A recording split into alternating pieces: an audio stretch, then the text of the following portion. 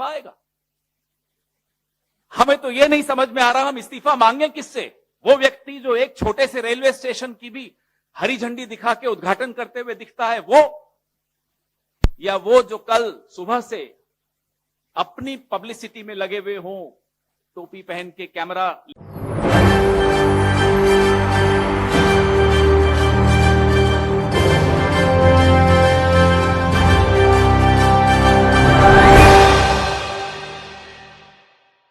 नमस्कार, SPN9 news देख रहे हैं आप। आपके साथ मैं हूं मानसी जायसवाल।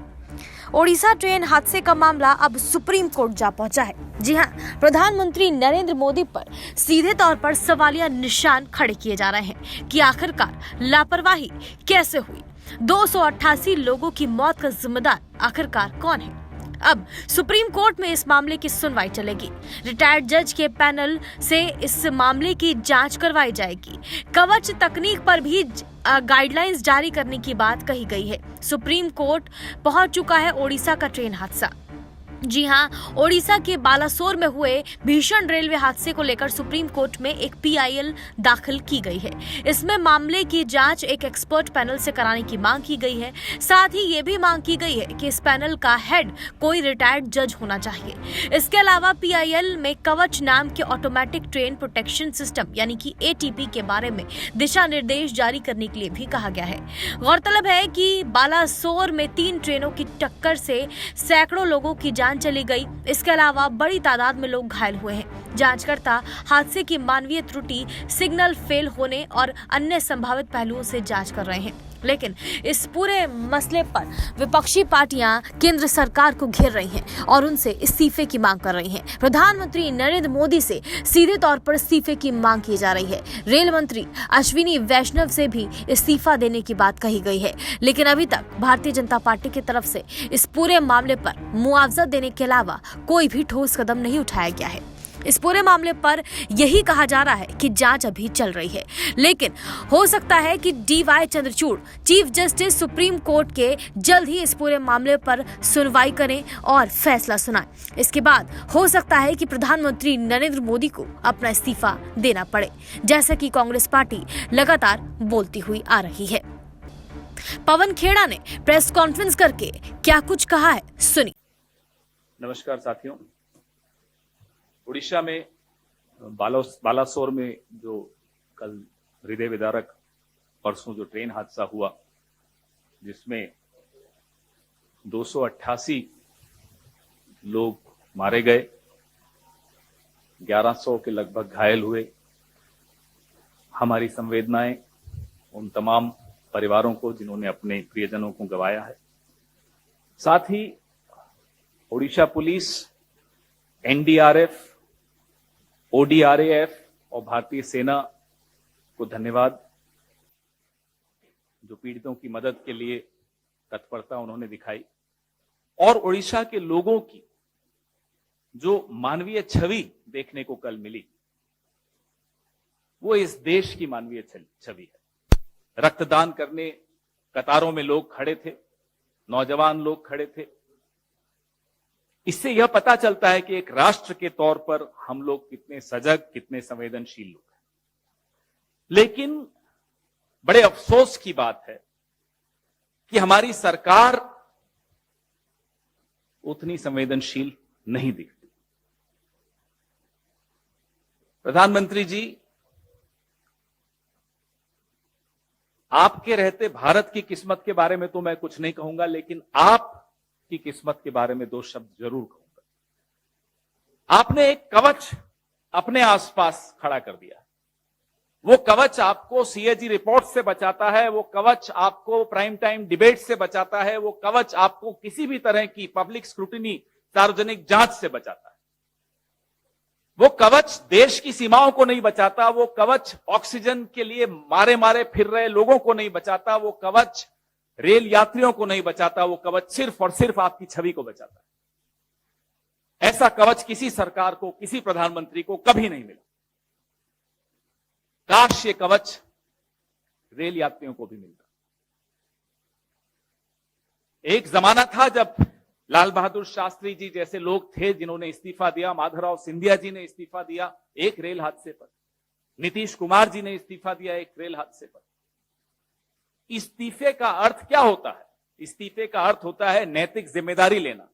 ना जिम्मेदारी दिखती है ना नैतिकता दिखती है। आपको क्या उम्मीद है यहां से कोई इस्तीफा आएगा? हमें तो यह नहीं समझ में आ रहा हम इस्तीफा मांगे किससे? वो व्यक्ति जो एक छोटे से रेलवे स्टेशन की भी हरी झंडी दिखा के उद्घाटन करते हुए दिखता है, वो, या वो जो कल सुबह से अपनी पब्लिसिटी में लगे हुए हों, टोपी पहन के कैमरा लेकर घूम रहे हों, किसका इस्तीफा मांगे हम? प्रधानमंत्री, हम आप पर छोड़ते हैं, आप किसका इस्तीफा लेना चाहते हो। लेकिन ये देश उम्मीद करता है कि जिस तरह से लाल बहादुर शास्त्री जी ने, जिस तरह से नीतीश कुमार जी ने, जिस तरह से माधवराव जी सिंधिया ने इस्तीफा दिया था, आप भी अपने रेल मंत्री से इस्तीफा लेंगे। सीएजी रिपोर्ट आपके सामने है, पार्लियामेंट की स्टैंडिंग कमेटी की रिपोर्ट मेरे साथी, मेरे सहयोगी शक्ति सिंह गोहिल साहब के पास है, इस पर वो चर्चा करेंगे।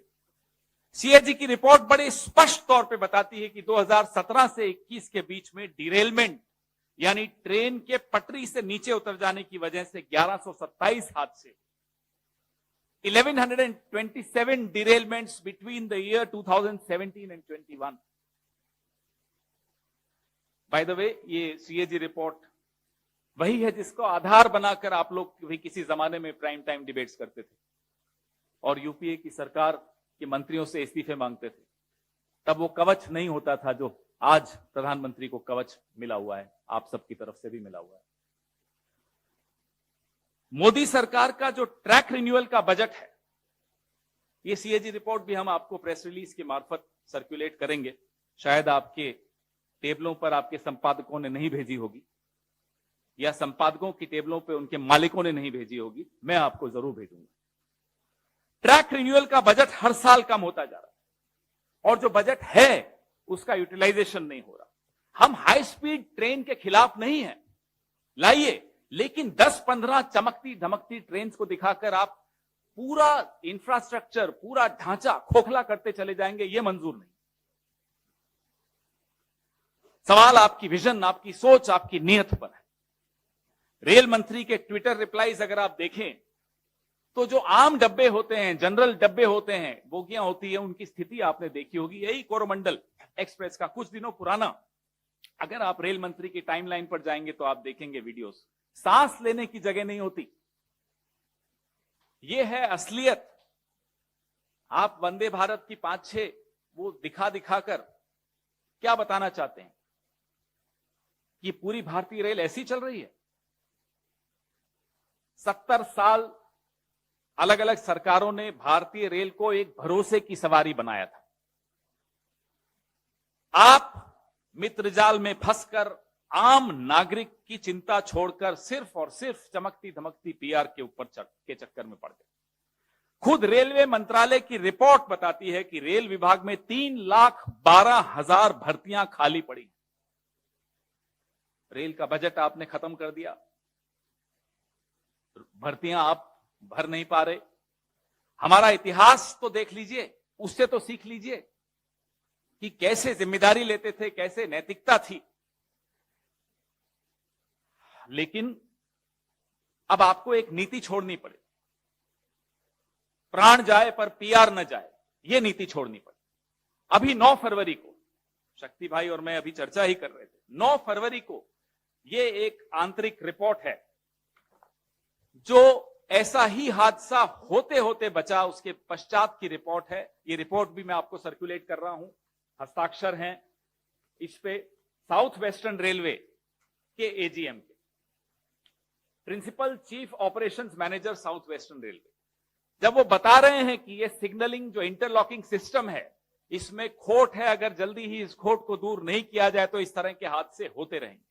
9 फरवरी को ये रिपोर्ट सर्कुलेट हुई रेलवे मिनिस्ट्री में। उसके पश्चात क्या कदम उठाए गए ये भी हम जानना चाहते हैं। इससे पहले कि शक्ति सिंह गोहिल जी स्टैंडिंग कमेटी की रिपोर्ट पे चर्चा करें, हमारे 3 सवाल। क्या प्रधानमंत्री जी इस सदी के सबसे भयावह रेल दुर्घटना की जिम्मेदारी लेंगे? नंबर 2, क्या प्रधानमंत्री जी अपने रेलवे मिनिस्टर श्री अश्विनी वैष्णव का इस्तीफा लेंगे। हमारी ये स्पष्ट मांग है कि रेलवे मिनिस्टर को तुरंत नैतिक जिम्मेदारी लेते हुए इस्तीफा देना चाहिए। सीएजी रिपोर्ट, पार्लियामेंट की स्टैंडिंग कमेटी रिपोर्ट, इन तमाम रिपोर्टों का, और ये 9 फरवरी की जो रिपोर्ट थी साउथ वेस्टर्न रेलवे की, इन सब रिपोर्टों पे जो सवाल उठते हैं, इन सवालों का जवाब प्रधानमंत्री जी की तरफ से कौन देगा, और मैं उम्मीद करता हूं कि ये सवाल आप उठाएंगे। माफ कीजिएगा, अगर ये कवच प्रधानमंत्री जी के आसपास आप लोगों ने नहीं खड़ा किया होता तो ये सवाल बहुत पहले उठते, सीएजी रिपोर्ट्स के सवाल उठते। इस रिपोर्ट को कहीं ना कहीं छपते हुए हम देखते, इस पे चर्चा और डिबेट्स होती, तो शायद ये 288 लोग अपनी जान नहीं गंवाते। हमारा और आपका काम सरकार को जनता से बचाने का नहीं है, जनता को सरकार से बचाने का। अभी भी समय है, हम सबको ये जिम्मेदारी निभानी पड़ेगी, नहीं तो ये दुर्घटनाएं होती रहेंगी, लोगों की जान जाती रहेगी और यूं ही हम एक दूसरे को ढांढस बनाते रहेंगे। तो सुना आपने किस तरीके से यहाँ पर बड़ा एक्शन लेते हुए विपक्षी पार्टियां नजर आ रही हैं और प्रधानमंत्री नरेंद्र मोदी पर बड़ा हमला बोल रही हैं। आप इस पूरे मामले पर क्या सोचते हैं हमें कमेंट करके जरूर बताएं। देश और दुनिया की तमाम बड़ी खबरों के लिए देखते रहिए SPN9 न्यूज।